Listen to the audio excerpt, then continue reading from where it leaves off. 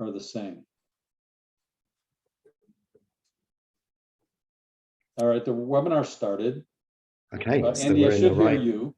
Yep, you can hear. Can you hear me? Yeah, let me switch over to Spanish and see if I hear Juan. Okay.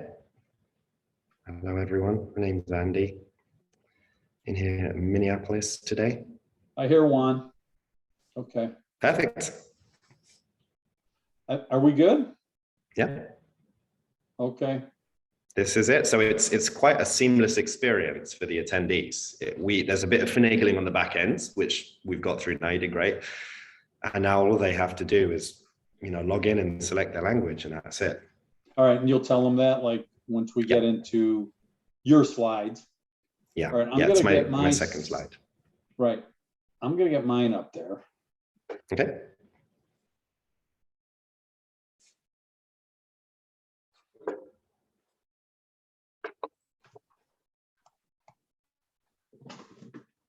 All right, we got 5 minutes. Yeah. And we'll wait till, I'll start 2 minutes after. There we go. I'm presuming the attendees arrive muted. Is that right? Yes, it's a webinar, so it's just us three, and just us three is all we're going to see, and everybody will be muted, and any questions will be in the Q&A box or chat box. Terrific. Okay. Let's finish my cup of tea then. Yeah, and we'll go 30 minutes or so, and that's it, just to deliver, any detail they can follow up, and we'll send, all the contact information out. That sounds good. I've got a white paper that I can send to any interested folks as well, with some more data and statistics about the industry. I've got my LinkedIn QR code there as well, if anyone wants to add me there too. So yeah, it's funny. I think this is the first event I've spoken at with interpretation, and I was kind of writing my speaking notes, and I use so many idioms and odd turns of phrase. Yeah. And I had to kind of pull those out because I thought I might confuse you, Juan Pablo. So I had Bob's your uncle in there, which I don't even know if you say here. So. You're correct. What is it in Australia? They say he's happy as Larry. Yeah. Yeah. Yeah. So my interpreting team will read me the riot act if I go too awry after this. Yeah, yeah.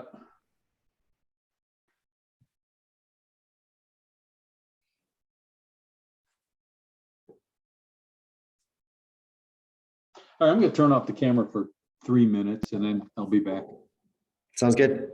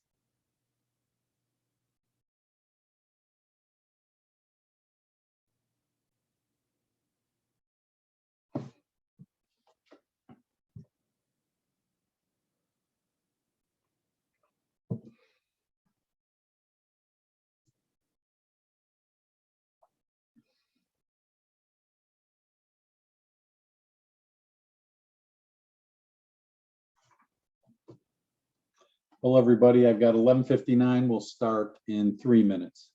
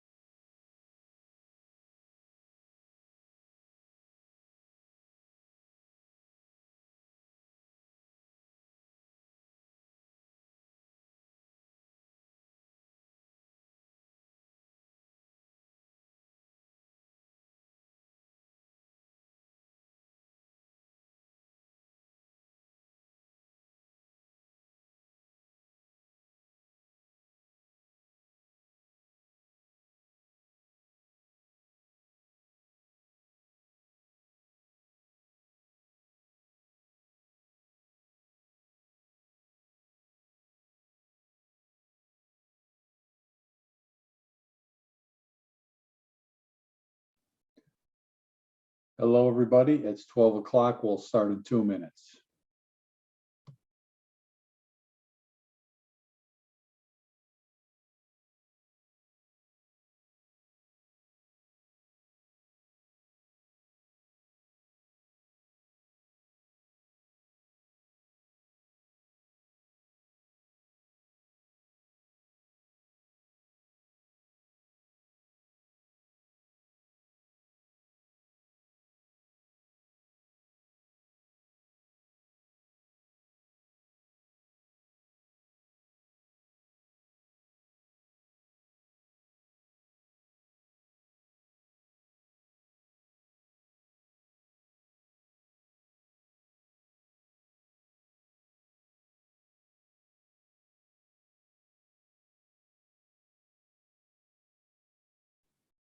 Hello, everybody. We've got about 12 o'clock.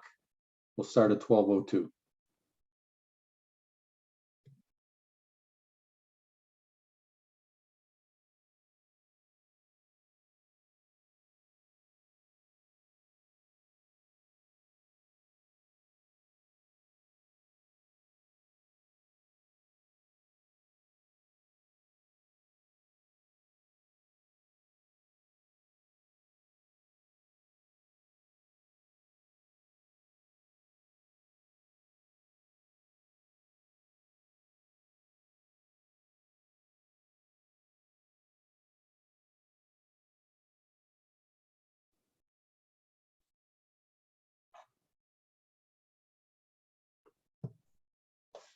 One more minute.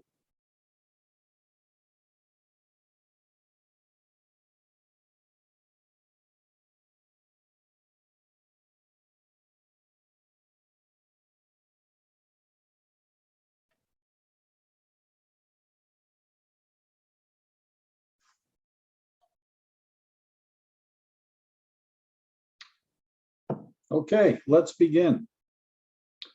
Greetings all to June's webinar put on by the Illinois SBDC International Trade Center at the Women's Business Development Center in downtown Chicago. Today we've got a mini webinar, so we'll be short and to the point.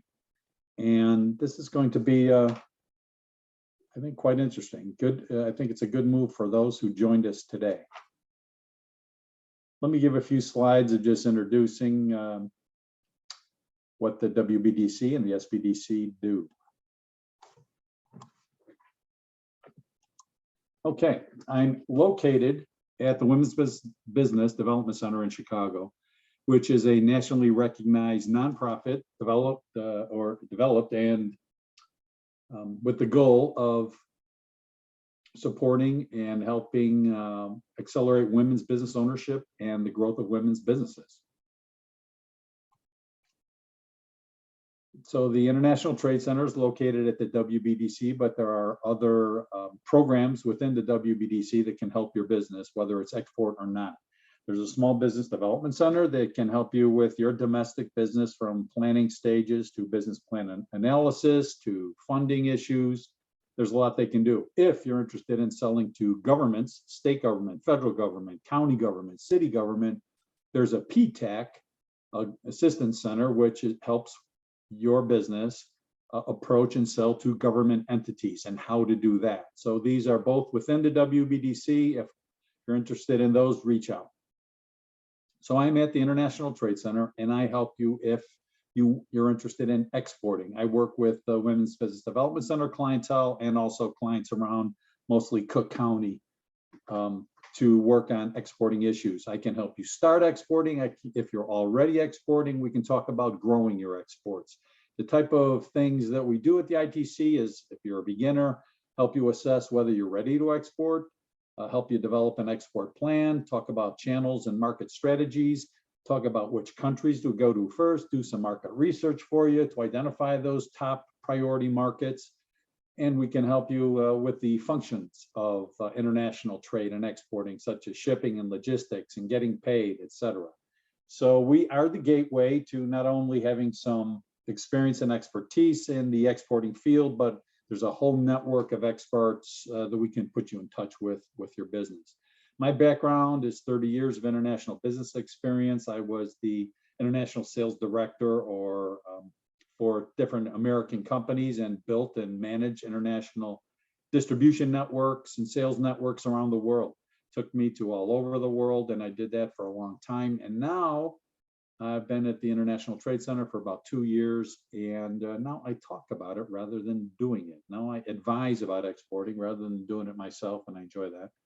I've been a long member of the international trade community in Chicago, and the connections and network we have can help you as well.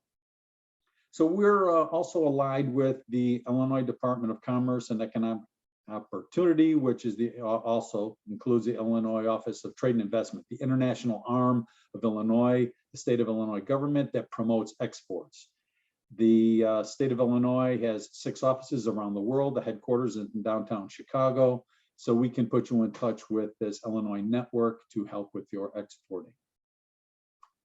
Illinois has a lot of resources to help you begin or grow your exports. They're very strong with trade missions, foreign market sales missions, and there's grants available from the state of Illinois to support trade missions and sales missions. They can also subsidize your efforts with website localization and things like product certification and other tasks. So keep in mind that there's money available, and we can always talk about the I-STEP program, which is what these grants are about, to help with growing your exports. So the International Network of Illinois is the ITC, where I'm at, connected with the state, connected with the federal government at the U.S. Commercial Service and people at the Exim Bank, the SBA. Again, we can connect you with all these folks and walk you through the process to giving you the best chance to grow your exports. All right, let's talk about today. This is going to be interesting. It's I think a lot of exporters sort of overlook the importance of language and translation and interpretation. You may sell something if you're operating in English. You may export and make some sales in English, but you'll have more success if you work in the local language. And in some markets, if you want to connect directly with buyers, and I think in places like Japan or a lot of places in Latin America, you'll need to work in the local language if you do want to connect with buyers in these countries. So it's imperative if you want to do that. A lot of people talk about Google Translate, but we'll see as today, maybe it's not enough. Let's see what a language company can do. And our speaker today is Andy McGregor of Inco International. They are in the translation and interpretation business, and they'll tell us about what they can do. Again, we'll go 30 minutes and deliver, try to be as concise as possible. Our next webinar is going to be a month from now, July 18th, 12 noon. We'll talk about international sourcing. Should I go to Mexico or should I go to China? So going international is hard work, but it's good for your business. There's no shortcut or halfway to doing it. It requires your ongoing determination, and we are here to help. And there's my contact information. From here, just last comment about this is, the age of COVID and therefore what the age of Zoom changed the game in terms of exporting and in terms of using this technology and using translation services. And we're going to have a demonstration today of what simultaneous translation looks like. And you can see for yourself that this really opens the world for you to have a service like this, and you can connect via Zoom with buyers and partners all over the world without language being a major hindrance. And that's what this is about today. It's a tool that really, didn't really exist 3 to 5 years ago, right? And now it's here. So let's see what it looks like. And I wish I had this in my career. And let's see what it looks like, and we'll go from there. I'm going to stop sharing. Andy, I'll hand it over to you. All right, thank you, Bill. Okay, let me share my screen and then we can kick everything off. Okay, should be able to see that now? Yep. All right, terrific. Well, good afternoon, everyone. My name is Andy McGregor and I'm with Inco International. First of all, big thank you to Bill and his team for giving me the opportunity to speak to you all today. We're going to be delving into the world of language and learn about translation and how it can help your organization with your internationalization strategy. We'll be having a Q&A at the end, but if you do have any questions, pop them in the chat and I'll try and get to them as I speak. I'm going to go for about 20 minutes, so hopefully I can hold your attention for that time period. Now, something that's quite exciting today, we're going to be offering simultaneous interpretation for this webinar. We have an excellent linguist with us today, Juan Pablo Ayala, who's going to be simultaneously interpreting my presentation into Spanish. So what that means is Juan Pablo is going to be listening in English as I speak, and then speaking in Spanish through a different channel on Zoom. Now, if you'd like to test it out or listen along in Spanish, if you click on the globe icon at the bottom of your screen, you can select the Spanish language room. And then you're going to be seeing me and seeing my slides, but listening to Juan Pablo interpret there. And then if you want to come back to English, you select the English channel. You can flip back and forth as you like. Zoom has the capability to host up to 7 languages simultaneously interpreted, but we also work with other platforms that can host up to 40. So there's a lot that can be done in the simultaneous interpreting world. It's a great application for businesses, for international presentations, or for meetings with clients, customers overseas. So a little bit about Inco International. We help companies to solve their most complex language challenges, whether that's a translation challenge, an interpretation challenge, or localization. Our overarching mission is to provide equal access to information through language. Basically, we don't believe that language should be a barrier to anyone to access information. We're a certified women-owned business. We're ASTM and ISO certified, and we've been doing what we do for about 16 years. So despite my accent, I am based here in our headquarters in Minneapolis, Minnesota, and I've been in the language industry for about 2 years now. I had a rather circuitous route to the industry. I've been lucky enough to live in several different countries throughout the world, and I've picked up bits of language as I've gone along. Now, I'm not a linguist. I can't use that language to the high level that a linguist needs to use, unless that is you have any translation needs into British English, and then I can help you out there for sure. Feel free to scan that and add me on LinkedIn. I'm always trying to grow my network and connect with people. I love meeting for virtual cup of teas. I'm very stereotypical, so don't be shy about connecting. So the language service industry is often called the biggest industry you've never heard of. In 2020, we cleared over 50 billion as an industry, and the market is vast. And you think how many companies do businesses across borders, or market or do business with people in their own country in a different language? There's so many different organizations and verticals that use language services. Basically, it's split up into 2 buckets. So on one side, you've got translation. That's going to be the written word. That's going to be your documents, your print materials, community engagement materials, websites, landing pages, anything that's the written word. Then interpretation is the spoken word. So the event interpretation that Juan Pablo is providing us with today. We do face-to-face interpreting. We do over the phone, on-demand interpreting, virtual as well, and everything in between. There's a couple of services which straddle the line between translation and interpretation, namely subtitles. So a video in English, let's say, with Spanish subtitles along the bottom, or a voiceover. Very similar. You know, you could be watching a video and then you're listening to an audio track in a different language to help make that video make sense to you. But why is this important? I mean, the world speaks English, right? It's the language of business, the lingua franca. English is everywhere. 40% of people will never buy from websites in a language that are not in their native language. Even if they speak English, people tend to make purchasing decisions based on their native language or native tongue there.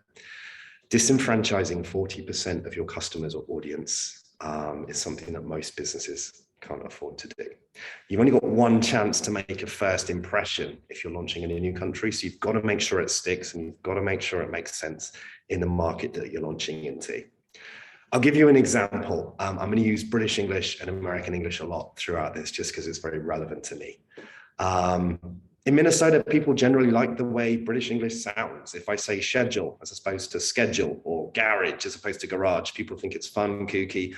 They like it. But if I was to write an email in pure British English with all the different spellings, it's those spelling mistakes, differences that stick out. You know, color with the U, or getting rid of the Z's, the Z's, and putting S in organize.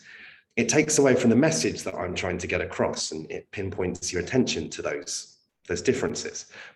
And that's what happens as well with a translated document. If there's an error or a mistake somewhere, your audience is going to fixate on that, forget the message you were trying to get across. You lose trust in that. And once you've lost trust, it's very hard to get that back. Well, I know what you're going to say, Andy. Have you not heard of Google Translate? It's fantastic. It's free. You type in a sentence, a word, and you press translate, and you've got all these languages, and you get it back in that language. Now, far be it from me to upset Google. I'm sure they're listening right now. They're great people. I use Google Translate from time to time to communicate with my friends abroad. If I'm speaking to a Spanish-speaking colleague and I need the word for cake, I type in English, I get the Spanish word for cake. Fantastic. But for professional work, is Google Translate really gonna cut it there? So I've got a couple of examples to show you. So for any Spanish speakers out there, the sentence on the left didn't determine if it was a he or a she who went to the disco. Google's taken that sentence and decided it's going to be a he. He went to the disco. So it's got a gender bias in there, which is very hard for an artificial intelligence machine to figure out. That's something that if you've got a human translating that, they can spot these mistakes and make sure that doesn't happen. Google Translate, I will add, it's getting better for Spanish, but for languages of lesser diffusion as well, there's just not the sort of back catalogue there. So it's getting better, but it hasn't quite caught up yet. Another example. So I'm going to butcher the pronunciation of this, so apologies, but sirenas, Spanish sirens, mermaids. Now, maybe this place does have life-saving mermaids. I'm not totally sure. What I'm saying is pure machine translation isn't there yet. It's getting better, but language is so nuanced. It needs that human touch to really make it make sense. That's why humans are always going to be involved in language, whether it's the written word or the spoken word. So how do we do it? Back in the old day, the linguists would be down just translating words, documents as they go across in a Word file, pre-computers, just writing it down, sending it, faxing it, all of that. We do work with computer-aided translation systems, or CAT systems, that help augment human power, increase efficiency and consistency, which unifies your brand voice. So I'll give you an idea of how it works. A linguist logs into the system to work on a project. On one side of the screen, they're going to see the English or the source language. And they're going to be translating on the other side of the screen in context, so they can see what comes before, what comes after, so they can translate it in context. Let's say there's a repetition. So you might say, Inco International, the best language service provider in the US. If we've got that written several times throughout our literature, there could be any number of ways to translate that into Spanish or other languages. But there might be one particular way that you want it so it maintains consistency. The system's going to say, hey, this is how we translated this string last time. Do you want to use that same translation this time? And the linguist either approves it or they say, no, I want to change it. That's going to keep everything consistent going forward, which is vitally important if you've got that brand voice that you want to maintain. In Spanish, there's several ways that you can use the word meal or say the word meal. None of them are wrong. There might just be one way that you want it translated as throughout to maintain that consistency, because it might not always be the same linguist who's working on a translation. And you don't want stylistic choices to be made which alters the voice throughout, because that's going to take away from the message. It's going to be spotted by the consumer. So the system helps create that efficiency. Another benefit of it is that it gives us great project management updates. So if you send us a big project to translate and we're working through it, we can see in real time how far through the linguist is. So if you told us, hey, I need this by Friday, we can tell on Thursday that it's 90% complete. On the other side of it, if something's due on Friday and we're at 10% complete on Thursday, alarm bells are going to start ringing. So it allows us to move things along quicker if we need to, or let the client know that there could be a delay, which doesn't always happen, but it's a good way of seeing how stuff is going and how it's moving forward. Now, formatting. This is another huge part of what we do. We work with a lot of print-ready materials. So you send us something and we give it back to you ready to give to the client. You can send us a really nice flyer that's all nicely designed in English, and we have to translate that and produce that in another language. English has the most words of any language. So it's a very efficient language. There's lots of different words you can use to get exactly to the point. Take a language like, I'm going to use Hmong as the example here. Hmong is a pretty popular language in the Twin Cities up in St. Paul, where we are here, Minneapolis. Not as efficient, not as many words. So a sentence in English, this is a real example we did recently. Recycling is for everyone, 4 words. In Hmong, it looks like that. Much longer. And if you can imagine, this was a pamphlet and it looked all nice in English. Recycling is for everyone. We've got to fit that same sentence into that same space. So there's a lot of finagling with the formatting and moving things about, which can become even more tricky if you're using a language which isn't in the same script. You don't know where you can have the word breaks and move things around. So that's something else that you have to consider when you're translating something as well. Now you might be thinking, what can I translate? Where do I start? I mean, everything. Let's get everything that we produce in English translated, because we all have money trees growing in our garden, in our yard, right? A good place to start would be a landing page for your website. So a central place that clients, that partners, that customers can come and they can find out about your product or service. Now, this can be a translated carbon copy of your English site, or it can be a summary page with parts pulled from different parts of the website, so there's one central place for them to go. Or it might be a white paper or PDF that they can download in their language and read at their leisure, how they want to. Maybe there's a video that describes everything you need to describe. You can put a subtitle track on that in the relevant language, or you can put a voiceover in there as well. And generally, there's a lot more engagement with a short video that can be disseminated in the right language there. If you have questions about this and what should I translate, where do I get started, feel free to reach out to me. You can connect with me through Bill as well. I know there's a lot to think about if it's an organization's first time to get started with this, but it's something that we help organizations do. So we're happy to have that conversation. I'm going to give you a few examples of translations and of localizations now as well. So we haven't really talked about localization yet. That's the magic that makes a translation effective in a different market. A localization would take an idiom and make it make sense, make it relevant in another culture. To use British or American English again, in America, you might hear, knock it out the park, or hit a home run when you've done something good. We don't have baseball where I'm from. So if I said that in England, a lot of people would be like, what does that mean? We use cricket idioms. Hit it for 6. That means you've done a good job. I wouldn't use that over here. So if we were going to purely translate something for the British market, we would change those idioms. So it's not a like-for-like translation. That gets compounded when you translate that into a different language, different cultures, different cultural norms, different ways to say something. So that's where localization is the sort of special sauce that makes the translation make sense. This example is Sunday's Hard Seltzer. So we worked with them to launch in Switzerland, a country that has French, German, Italian, and some Romansh speakers as well as official languages there. Hard seltzer, the market here is maturing. It's exploding. If you go into any liquor store, you're going to see row after row of hard seltzer. Not so in Europe. It's still a relatively new concept. So we had to work with them to introduce it to the market in a way that is attractive to the people there and also explains what it is, because it's not as mature a market there. So there's a lot more that goes into the translation than just, hey, I need this in French. There's a bit of research on the ground, especially if you've got a product that's being marketed in another country. Taking a step back, this is an example of a pure translation that we do for one of our clients. Master and Dynamic make high-end headphones and speakers, which they sell in over 20 countries. So we translate their packaging, their quick start guides, their instructions, and their international Amazon stores.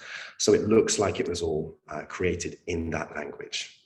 Slightly less stylistic, it's explaining what each part is, but everything looks exactly as it's meant to in that language. One of the cool parts about their translations is they build up the repetitions, the glossary. Every time they release a new headset, there's a lot of overlap from the last headset. So we can reuse a lot of the same translations, which is, it makes quicker and more affordable translations time and time again.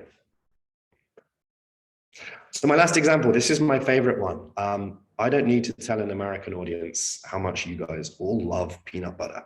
Everyone here seems to love it. You like it in chocolate, you like peanut butter and jelly sandwiches.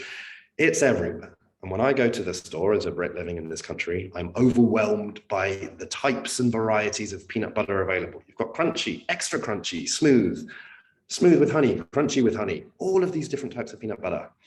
Not so much in England. You're going to go to the store and find one dusty jar of peanut butter. You have to wipe the dust off and look at it. And if you want peanut butter, that's it. That's your option. Now, what about if you're trying to launch peanut butter in China? Completely different culture, completely different food culture. It's not enough to create an advertising campaign that's like, hey, start eating peanut butter and jelly sandwiches. That's not going to work. So we worked with Skippy to determine a marketing strategy that included the translation, included the localization. And we came up with a strategy that's like, hey, it's going to be best received by people if it's marketed as a sort of sauce that's served with salads there. So completely different. You wouldn't see a Skippy's advert like this in this country. With the idea being that once they've tried it in this way, well, hey, let's put some bread and some tortillas and then what looks like sour cream at the bottom of it. Let's try it this way. So very different application of it then. Okay. Now, cost, obviously, this is vitally important. I wish I had a straight answer for you for how much this costs. Websites in particular are so customized and unique. So it really depends how much is being translated into what language, if there's any specialty language. The translator that we would use for a medical device would be completely different to the translator we would use for a marketing campaign. Different skill sets, different use of the language, different understanding of it. So there's a lot of questions that go into it. What I can tell you is that on one end of the scale, we can link our translation management system up to the back end of your website, make sure the APIs connect and get everything translated. If you make an update in English, we get notified and we can action and translate the update in the language right away. That can get expensive, think 10, 15 grand and upwards. On the other end of the scale, we have lots of clients who have a site. They pull the content out or they have it existing in a Word document and just send that to us to translate. And our deliverable back to them is a Word document or an Excel translations broken down line by line for them to input into their website. So that saves a couple of steps on our end. It saves some time. It's generally a more affordable way to get that done. It really does vary depending on the language and the size of it, but it might cost around $1,000, give or take. I will point out, and Bill mentioned it earlier, there are grants available to organizations such as yours to help offset and subsidize translation costs. So costs associated with doing business abroad, there's some money there that can help you offset that. We have that in Minnesota as well. Exists in Illinois. I imagine several other states have similar initiatives. So speak to Bill about that, but you can use that money to help pay for translations. Right, to summarize, I'm a dog lover, so I always try and put a picture of a dog somewhere in there. My first takeaway is can't read, won't buy. If your clients can't read your material, can't read your site, can't read your packaging, they're not going to buy it. So you're going to make sure it's marketed to them appropriately. Even if you are selling something in the US, 12% of Minnesotans speak a language other than English at home. That goes up to over 20% in Illinois. So making sure your product or service is understood in that language is a huge way to welcoming those people into using it. That human touch is vitally important. Humans work with translation management systems to make sure translations make sense and they're actually understood and real and understood by real people. So even though AI is making huge gains, we still need people involved. And there are solutions for all budgets as well. There are grants available. If you have anything you particularly need a quote for or want to just find out a little bit more about costings, feel free to connect with me on LinkedIn or send me an email or connect with me through Bill, and we can have a chat about what that would look like to try and help you out there to meet your budget. All right, questions? Andy, just I got a couple things. So this is the webinar format, but the same, and also I was toggling back and forth between English and Spanish, and that's an awesome capability that we have there. on a Zoom webinar, a Zoom meeting, just with, let's say, one-on-one, somebody from Illinois talking to somebody in Colombia. We can do this, the same way, right? Yeah, absolutely. It works for, one-on-one Zoom meetings, big webinars. The setup's pretty straightforward. Usually the linguist keeps their camera off just so that you're not focusing on looking at them. You're just listening to them, because the focus is for that communication to happen, really. But yeah, it works both ways as well. So if anyone has any questions in Spanish, the linguist toggles back and forth, interpreting from Spanish to English as well. So it's pretty useful. And all right, let me ask you about just a defined website localization. So, all right, let's say my main market is Germany, right? Mhm. So I work with your company to translate our website into having a German page, right? Does it also mean that you'll go, that I'll be found on Google.Germany, so to speak, where you'll go that far with our back end of a website to make my company be able to be found? Yeah, exactly. So that's another part as well. That goes into the localization side of things. That's the international SEO. So making sure that the keywords make sense in that language. It's not enough to take your list of keywords in English and translate them and expect them to work perfectly. In Germany, for example, we worked on one project that it was a medical device, and they make those beep machines where they're testing people's hearing. And I think it's called a beep machine over in these parts. But through some research, we were launching it in Korea. I think they don't refer to it as a beep machine there.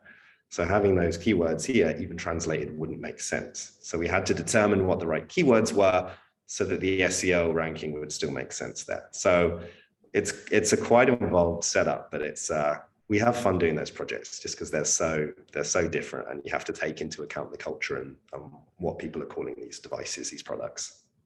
Again, so if I'm in Germany and I Google this product category, Mm-hmm. your SEO work will make me, again, I'll be found on the Google site in German, so to speak. Yeah, absolutely. And having a site in that language Google likes that as well. It's going to suggest sites in Google.de is going to promote sites in German above sites in English. So you kind of get the double whammy. You get the keywords, the SEO in there, which helps you rise up the rankings, as well as it being in the right language as well. So yeah, that international SEO is part of it as well. Okay. You know what? That's it. I don't see any more questions. Short, to the point. We have our contact info. I'll send all the slides to everybody who registered. We hope you enjoyed it. Andy and Juan Pablo, thanks for your participation today. Really interesting, really a useful tool for international business that I hope our clients and the participants on this today have a look at, and we go from there. Thanks. Terrific. Thanks again for the time, Bill. Thank you everyone for watching, and enjoy the rest of your Monday. All right, everybody. Have a good day. Thanks. Bye-bye.